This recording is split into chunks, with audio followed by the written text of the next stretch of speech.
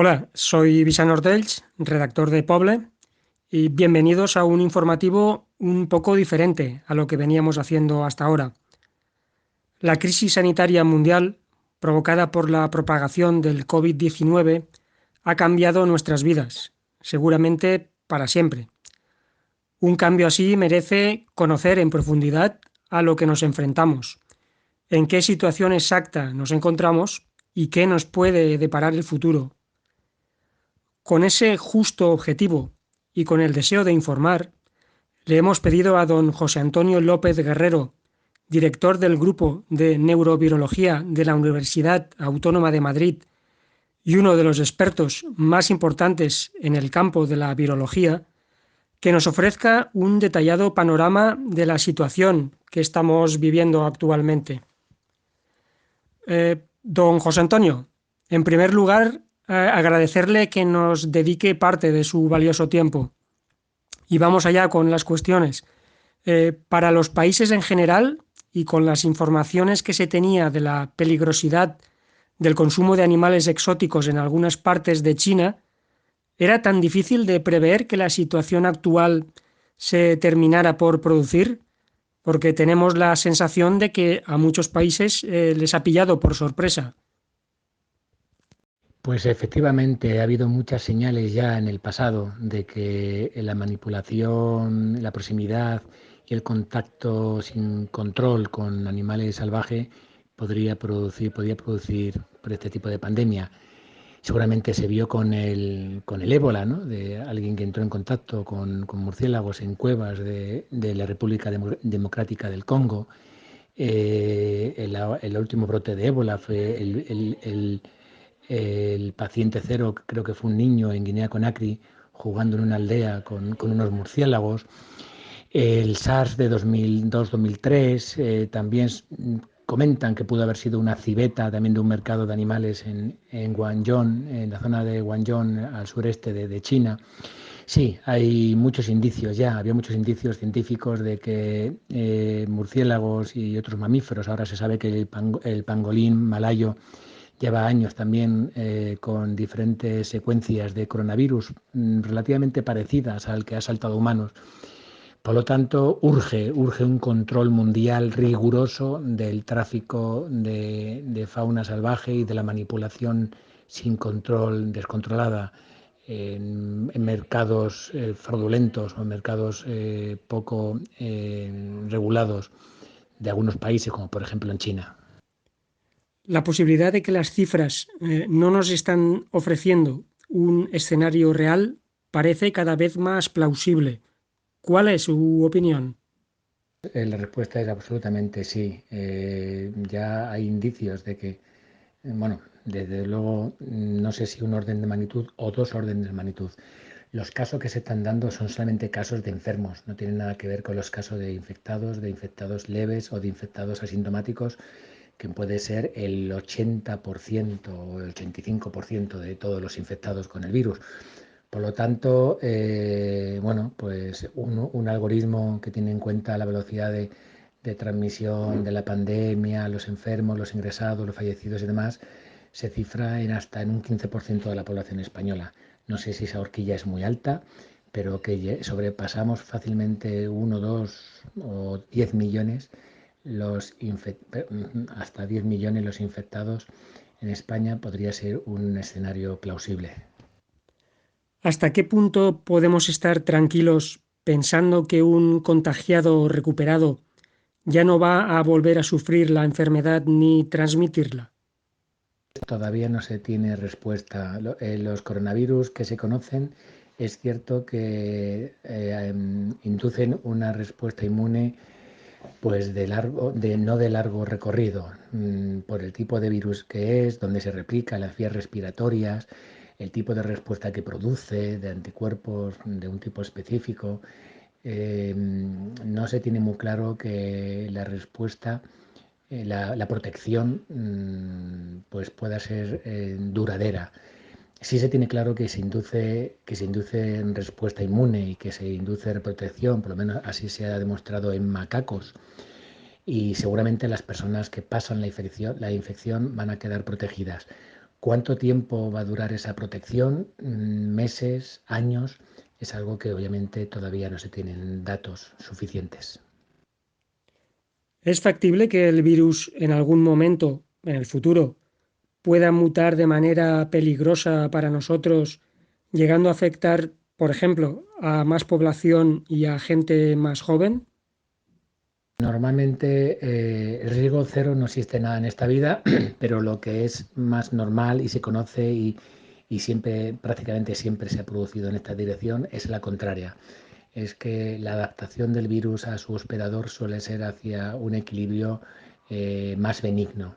O sea que el virus ha demostrado que pasando de forma asintomática le es mucho más, evolutivamente le es mucho más favorable para dispersarse, diseminarse, y entonces en esta línea debería ir los virus que van pasando de personas asintomáticas son los que se van seleccionando.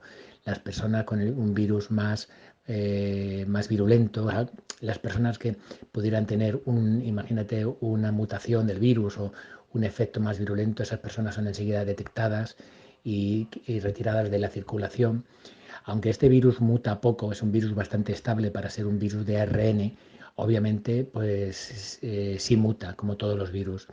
Pero insisto que la tendencia y la lógica evolutiva de la historia indican que la evolución suele ir hacia cepas, hacia virus y relaciones más benignas con su hospedador.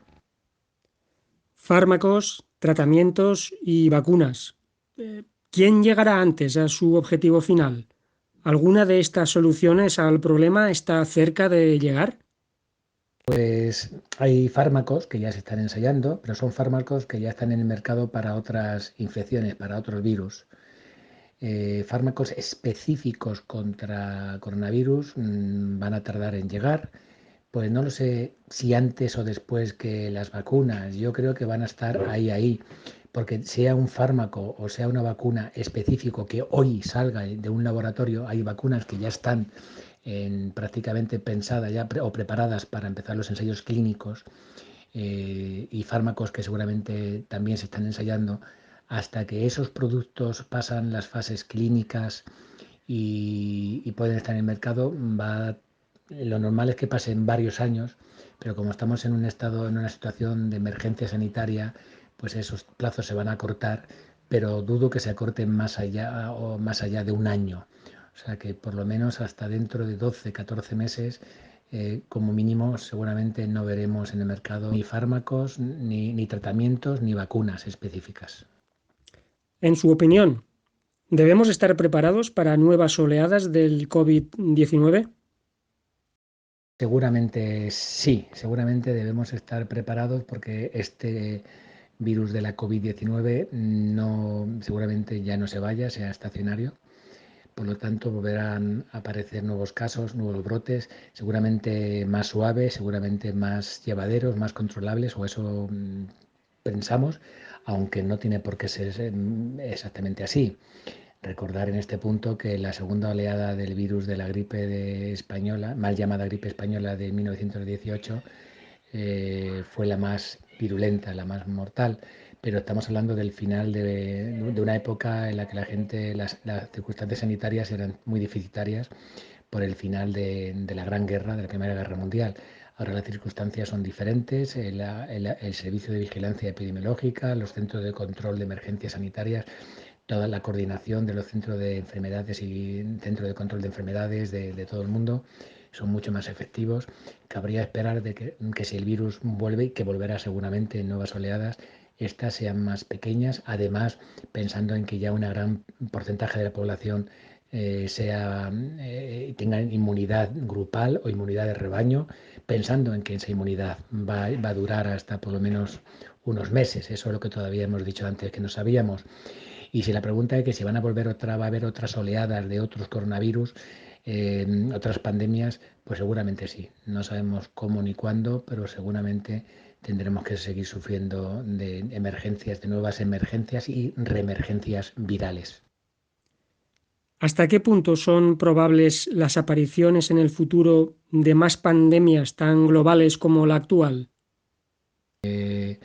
en la globalización, en la capacidad del hombre de desplazarse, dar la vuelta al mundo en prácticamente 24 horas, la colonización de terrenos inhóspitos, terrenos inhabitables, donde el hombre entra por primera vez en contacto con la naturaleza y por lo tanto con animales que viven en equilibrio seguramente con patógenos.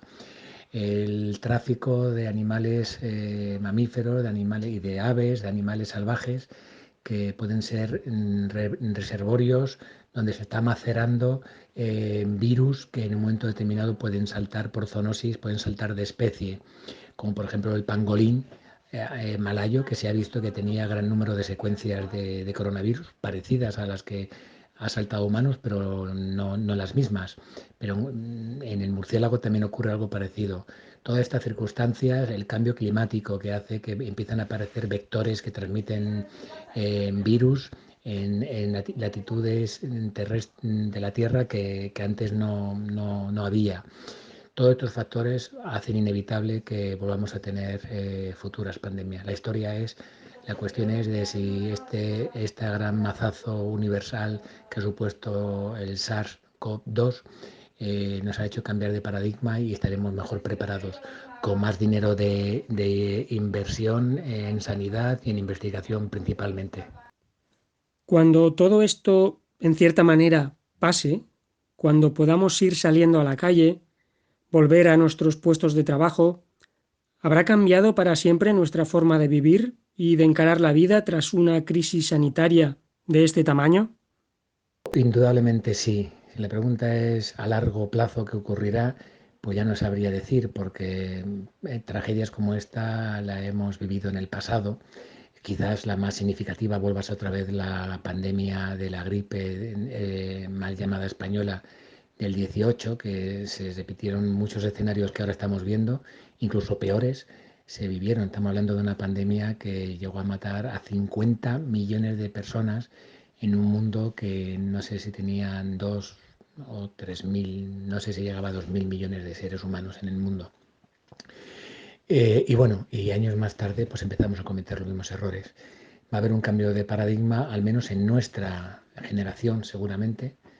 Quiero creer que los gobiernos ahora sí habrán tomado buena nota y, como he dicho antes, aumentarán dinero en investigación, en formación, en infraestructuras, en sanidad, pero la verdad es que personalmente no confío mucho en la clase política, que son los que tienen que ser los promotores de todos estos cambios. Ni confío en la clase política española, ni confío en la clase política pues, mundial. Por lo tanto, no sé qué pasará de aquí a unos años. Don José Antonio, agradecerle sus palabras, palabras que nuestros lectores y seguidores también agradecerán, y para finalizar, pedirle un último mensaje que quiera dirigir precisamente a todos ellos. Como mensaje, decir que es una situación excepcional, es una singularidad sanitaria sin precedentes en la historia reciente de España, que no hemos vivido algo, no nos hemos enfrentado a un enemigo común, tantos millones de personas como después de la Segunda Guerra Mundial, y que solamente juntos, solamente todos con responsabilidad podremos hacerle frente, sin intentar burlar las medidas que se impongan desde el Centro de Coordinación de Emergencias Sanitarias. Y también no es un mensaje ya para los lectores u oyentes, sino para la clase política. Me da vergüenza, me da mucha vergüenza. Creo que somos uno de los pocos países del mundo donde tenemos una clase política que no está ni a la altura del talón, ni a la altura del tobillo de sus ciudadanos. Me da realmente vergüenza escuchar a los políticos utilizar esta tragedia, utilizar la pandemia, utilizar los muertos, como hicieron con los muertos del terrorismo, como hicieron con los muertos de otras catástrofes. Me da verdadero asco ver a los políticos convirtiendo todo esto en un arma electoral, en intentar a ver quién dice el titular más bonito, rimbombante en el Parlamento o en los medios para acaparar más titulares y llegar a más aláteres, llegar a más personal sectarios a veces, que al final acaban siendo sectas políticas con mensajes claramente, consignas electorales, pasándose por el forro el sufrimiento, la verdadera tristeza de la persona que están viendo perder, que están diciendo adiós a sus seres queridos sin ni siquiera poderles enterrar dignamente ni poderse despedir de ellos. Es una gran vergüenza, creo que no se ha dado en ningún otro país del mundo, donde por ejemplo la oposición directamente, en vez de intentar remar para bien y para mal con el gobierno, está claramente a sus movidas partidistas. Creo que bueno, tenemos ejemplo de todo lo contrario del buen hacer político en nuestros países vecinos, sin ir más lejos en Portugal. Me da pena, me da tristeza, me da vergüenza, me asquea y a veces me repugna.